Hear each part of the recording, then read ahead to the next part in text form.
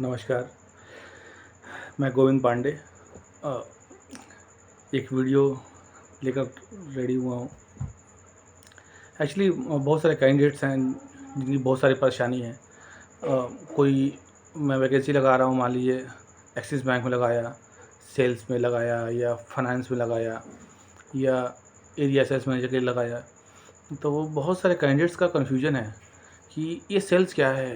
Sir bank में sales क्या करेंगे हम?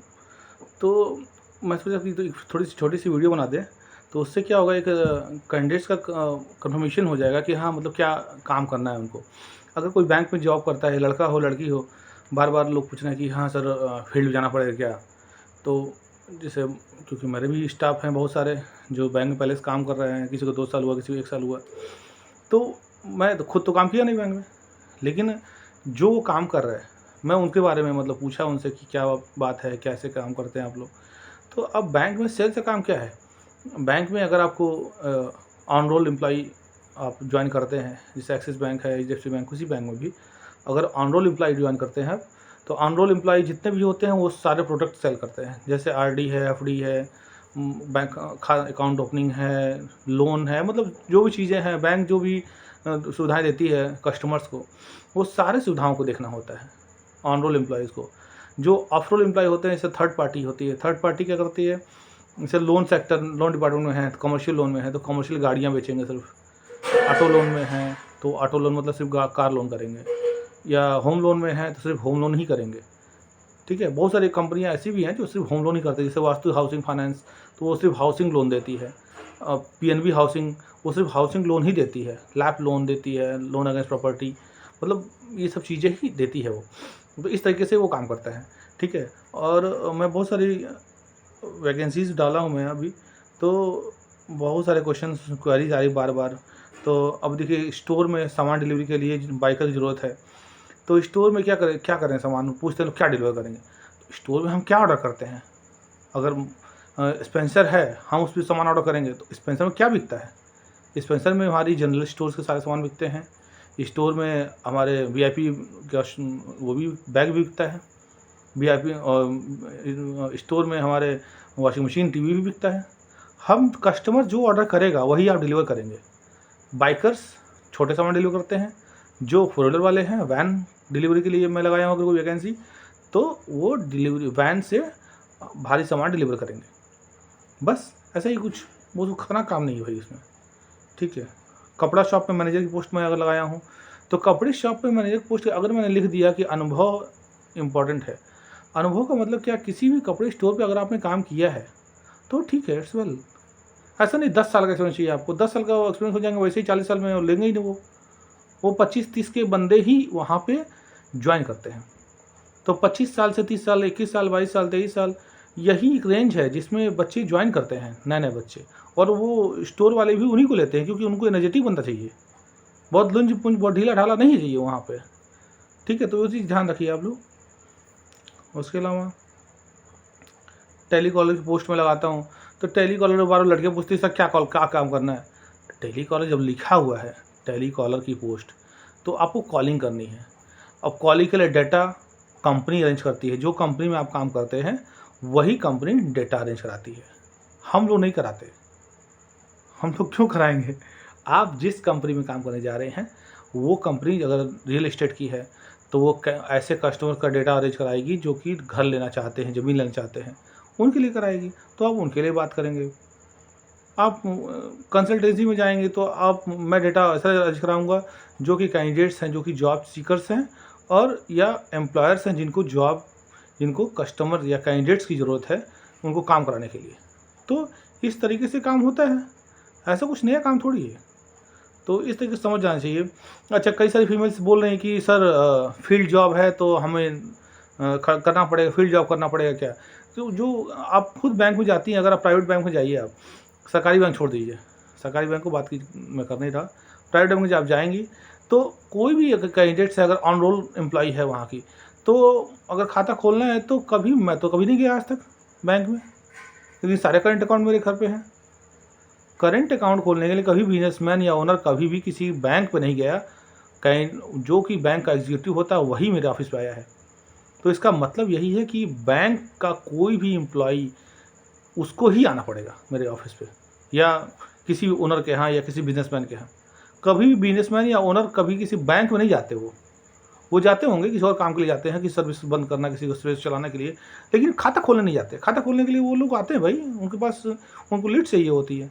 तो अगर कोई फीमेल है तो वो उसको जाना भी पड़ सकता है। हाँ, ये है कि उनके साथ एक एग्जीक्यूटिव कोई ना कोई साथ जाता है, बैंक का कोई भी एम्प्लॉय साथ जाता जरूर है। कभी भी कोई फीमेल कहीं पे खाता खोलने अकेले नहीं जाती है। तो ये चीज़ आपको ध्यान देना पड़ेगा। या कैश काउंटर पर जो प्रमोट हो जाती हैं अगर लड़कियाँ, वही कैश काउंटर पे जाती हैं, या कंप्यूटर ऑपरेटर पे जाती हैं। ये सब जो लड़कियाँ, वो सब नहीं जाना पड़ता उन लोग को। कंप्यूटर ऑपरेटर पे जो लड़की होती है, वो थर्ड पार्टी होती है, वो ऑन रोल एम्प्लॉय नहीं होती लगभग देखा जाए तो। और उसके अलावा लोन सेक्टर में अगर बहुत अच्छे पोस्ट पर पहुँच गया तो उसको जाने की जरूरत नहीं पड़ती फील्ड में, उसके बंदे होते हैं फील्ड जाने के लिए। तो लेकिन इनिशियल लेवल पे अगर आप किसी बैंक में स्टाफ बनने जा रहे हैं या जॉब करने जा रहे हैं, तो आपको फील्ड में जाना पड़ सकता है। क्योंकि बैंक क्या करेगा? खाता खोलेगा, लोन देगा, current account, saving account, FD, RD. हाँ, और ये पूछते, कई लोग पूछते हैं कि अब क्या पूछा जाएगा, क्या पूछताछ होगी बैंक में इंटरव्यू के टाइम में। तो बैंक क्या पूछेगा आपसे? आप एक सिंपल सी बात करें, बीकॉम का स्टाफ, बीकॉम का लड़का है तो थोड़ा सा अच्छा होता है उसके लिए, क्योंकि उसको बैंकिंग थोड़ा सी पढ़ाई गई होती है। अब मैं तो बीटेक हूँ, तो मैं क्या करना है, मुझे तो उतना नहीं पढ़ाया गया। लेकिन ये कि हाँ, एक सिंपल CISI में जानता हूँ, कंपाउंड इंटरेस्ट क्या होता है, सिंपल इंटरेस्ट क्या होता है, लैप लोन क्या होता है, एफडी आरडी क्या होती है, करंट अकाउंट क्या होता है, सेविंग अकाउंट क्या होता है, करंट अकाउंट इंटरेस्ट मिलता है या नहीं मिलता है, अब लैप लोन क्या होता है, कैसे लैप लोन होते हैं, सिबिल क्या होता है, pan card, credit card, debit card. अब इतना डिफरेंशिएशन आपको पढ़ना ही पड़ेगा। ये बेसिक बहुत चीज़ें हैं जो कि मतलब अगर कोई किसी का खाता है किसी प्राइवेट बैंक में, तो इतना तो नॉलेज वो रखता होगा। तो इस तरीके से भी है। और कई सारे लोगों मैं बोल रहा हूँ कि अपना बैंक का अकाउंट या चेक लेकर आइए। कम से कम आप, किसी के पास चेक ही नहीं है, किसी के पास वो सैलरी कैसे लेगा पता नहीं, मैं समझ नहीं पा रहा हूँ। किसी के पास बैंक खाते नहीं है, वो सैलरी कैसे उठाएगा? किसी भी बैंक में, किसी कंपनी में ज्वाइन कर रहा है वो, बैंक में तो ऑनरोल को तो तुरंत खोल देती है, अपना खुद का सैलरी अकाउंट खोलती है। लेकिन बैंक के अलावा बहुत सारी नौकरी और भी है। स्टोर में काम करने जा रहे हैं तो आप सैलरी ऑनलाइन आएगी, तो बिना खाते के सैलरी कैसे लेंगे आप लोग? कम से कम खाता तो अच्छा रखिए आप। ऐसा खाता रखिए जिसका चेक आपके पास हो, जिसका पासबुक आपके पास हो। ठीक है। अब उसके अलावा और सारी कौन सी वैकेंसी में लगाया हूँ। एक फाइनेंस सेक्टर में स्टाफ की ज़रूरत है, तो फाइनेंस सेक्टर में स्टाफ की ज़रूरत है तो वो क्या करेंगे? अब BRE ब्रांच रिलेशनशिप एग्जीक्यूटिव है, उसमें वो सोनाटा फाइनेंस कंपनी है। और भी इसके अलावा कंपनियां हैं, गोरखपुर में श्रीराम फाइनेंस है, सोनाटा फाइनेंस है, HDB फाइनेंस है, बहुत सारी फाइनेंस कंपनियां हैं। ठीक है, सब में कहीं कहीं वैकेंसी आती रहती है, तो हम लोग लगाते रहते हैं। तो ऐसे वैकेंसीज़ के लिए भी उसमें क्या फाइनेंस कंपनी क्या करेगी? लोन देगी, फाइनेंस देगी ना। हम गाड़ी खरीदने जा रहे हैं तो कौन सी श्रीराम फाइनेंस है, वहाँ बैठे रहे, वो हमको लोन दे देगी, हम गाड़ी खरीद लेंगे। यही काम है, और कुछ ऐसा कुछ नया काम थोड़ी करेगी वो। फ्लिपकार्ट डिलीवरी बॉय की मैं वैकेंसी में लगाया हूँ। तो फ्लिपकार्ट की वैकेंसी जो मैं लगाया हूँ, उस पर क्या करना है आपको? उसमें सिर्फ डिलीवरी का काम करना है, जिसमें 14.75 रुपये पर पैकेट आपको चार्ज मिलेगा एक डिलीवरी करने पे, एक पैकेट डिलीवर करने पे। ठीक है, मतलब 15 रुपये पर पैकेट की सिंपल सी बात कर दी जाए तो 15 रुपये पर पैकेट है। जितने पैकेट्स आपने डिलीवर करेंगे, वीकेंड पे पेमेंट हो जाएगा उसका। और उसके लिए ज़्यादा कुछ चार्ज नहीं देना है हमारे ऑफिस पे। आप आइए, सिर्फ फॉर्म भरिए, तुरंत पहुँचिए, डायरेक्ट ज्वाइनिंग है, उसको कुछ करना भी नहीं है। तो वो एक शॉर्ट टर्म पैसा है, अच्छा ठीक ठाक पैसा मिल जाता है। और ये वैकेंसी सब जगह लगभग है, गोरखपुर, लखनऊ, वाराणसी, इलाहाबाद, महाराजगंज, कप्तानगंज, कुशीनगर, लगभग सब जगहों पे है। तो इसमें अच्छा अपॉर्चुनिटी है। उसके लिए जो 12th पास हैं, 10th पास हैं, इनके पास बाइक है और DL है, बहुत बढ़िया है काम, कोई दिक्कत नहीं। अब दुकान पे भी बहुत सारे जॉब में लगाया हूँ, हेल्पर, फीमेल टेलीकॉलर, इलेक्ट्रीशियन। ये सब भी मतलब एक सिंपल, आप लोग पता नहीं पढ़ते नहीं हैं कि क्या है।